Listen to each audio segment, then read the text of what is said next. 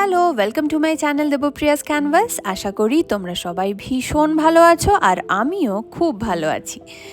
একটা দিন এই সপ্তাহে ডে অফ নিয়েছিলাম একটু নিজেকে সময় দেব বলে। শুধু আমি একা নই, আমরা তিনজনেই সেই দিনকে ছুটি নিয়েছিলাম। অনেক দিন পর মাছও এসেছিল বাড়িতে। ভাবলাম শীতের কয়েকটা সবজি দিয়ে একটু মাছটা বানিয়ে ফেলি।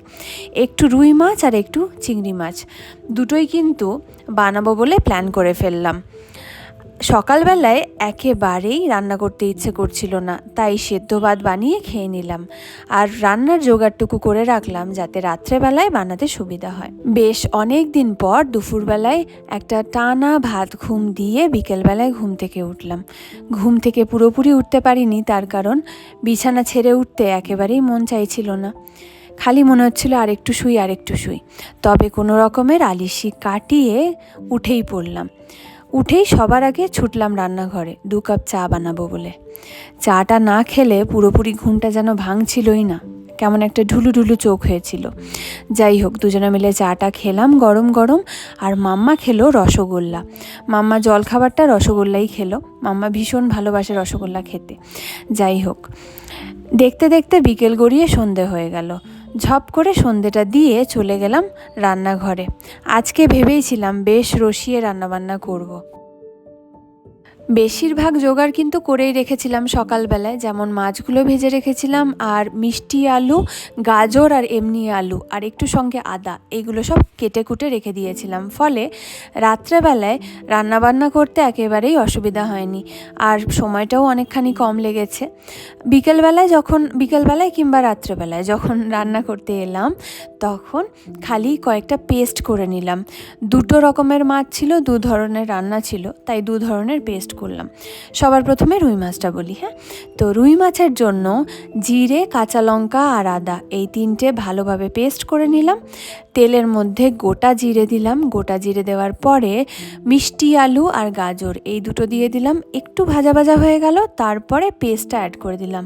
আর হ্যাঁ, সঙ্গে কিন্তু টমেটোও দিয়েছিলাম। পেস্টটা দিয়ে দিলাম, দেওয়ার পরে একটু নাড়াচাড়া করলাম। অবশ্যই সঙ্গে নুন, হলুদ আর চিনি, এই 3টে দিয়ে দিলাম। একটু কষে যাওয়ার পরে জল অ্যাড করে দিলাম। জলটা একটু ফুটে যাওয়ার পরে তারপরে মাছগুলো সমস্ত দিয়ে দিলাম।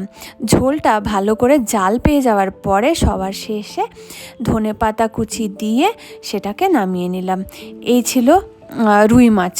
আচ্ছা, এবারে আসি চিংড়ি মাছে। চিংড়ি মাছের জন্য কিন্তু একটুখানি সর্ষে, অনেকখানি পোস্ত আর 2-3টে কাঁচা লঙ্কা, এই দিয়ে পেস্ট করে নিলাম। কড়াইতে সর্ষের তেল দিয়ে তার মধ্যে কালো জিরে দিলাম এবারে।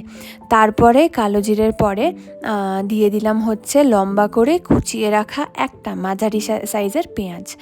সেটা দিয়ে একটু ভাজা ভাজা হয়ে যাওয়ার পরে দিয়ে দিলাম লম্বা করে কেটে রাখা আলুগুলো। এমনি আলু, এটা কিন্তু মিষ্টি আলু নয়। এমনি আলুগুলো দিয়ে একটু নুন, একটু হলুদ, একটু চিনি, এই 3টে দিয়ে ভালো করে নাড়াচাড়া করে নিলাম। সব কিছু একটু ভাজা ভাজা হয়ে যাওয়ার পরে পেস্টটা দিয়ে দিলাম। পেস্টটা দিয়ে আর একটুখানি জল দিয়ে দিলাম। জল দিয়ে দেওয়ার পরে আবার ওটাকে নাড়াচাড়া করলাম। নাড়াচাড়া করে ওটাকে ফুটতে দিয়েছিলাম। তো চাপা ঢাকা দিলাম, ওটা ফুটে উঠলো। তারপরে সব চিংড়ি মাছগুলো যেগুলো ভেজে রেখেছিলাম, ভাজা চিংড়ি মাছগুলো সব অ্যাড করে দিলাম। ভাজা চিংড়ি মাছগুলো অ্যাড করে আবারও একটু টেস্ট করলাম। একটু নুন দরকার ছিল, তো নুনটা দিয়ে দিলাম। তারপরে আবার চাপা ঢাকা দিলাম। নিজের মতন একটু ফুটলো। তারপরে যখন ঢাকনা খুললাম, দেখলাম বেশ মাখো মাখো হয়ে গেছে, দেখতেও বেশ সুন্দর হয়েছে, লোভনীয় হয়েছে। তারপরে আরেকটু নাড়াচাড়া করে সবার শেষে 2টো কাঁচা লঙ্কা ভেঙে দিয়ে দিলাম তার মধ্যে। ব্যাস, এই ছিল চিংড়ি মাছের রেসিপি। বেশ সুন্দর হয়েছিল, খুব টেস্টি হয়েছিল কিন্তু দুটোই খেতে। আর আমার কিন্তু এইভাবে রান্না বেশ ভালো লাগে, মানে মশলাপাতি কম আর ইয়েট ভেরি টেস্টি। যাই হোক, মামাও ভালো এনজয় করলো, আমরাও কিন্তু ডিনার খুব ভালো করে এনজয় করলাম। আর আজকাল কিন্তু আদুই নিজে খেতে শিখেছে। পেটি মাছ দেওয়া হয় যাতে নিজেই বেছে খেতে পারে, তো সমস্তটাই ও সুন্দর নিজে বেছে বেছে খেয়ে নিল।